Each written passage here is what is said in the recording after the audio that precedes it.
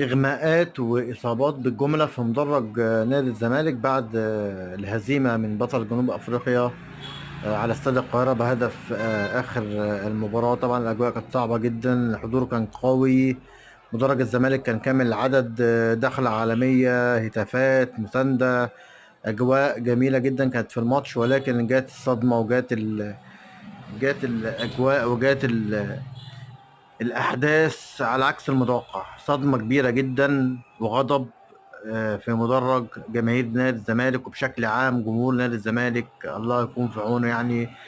رحيل زيزو الأهلي، الونش على أعتاب الأهلي، عبد الله السعيد، ليبيا، آه، يعني أجواء صعبة جدا. الجمهور مش قادر يستحمل طبعا الضغط النفسي والعصبي اللي بيمر بيه نادي الزمالك، والهزيمة ووداع بطولة الكونفدرالية حامل اللقب.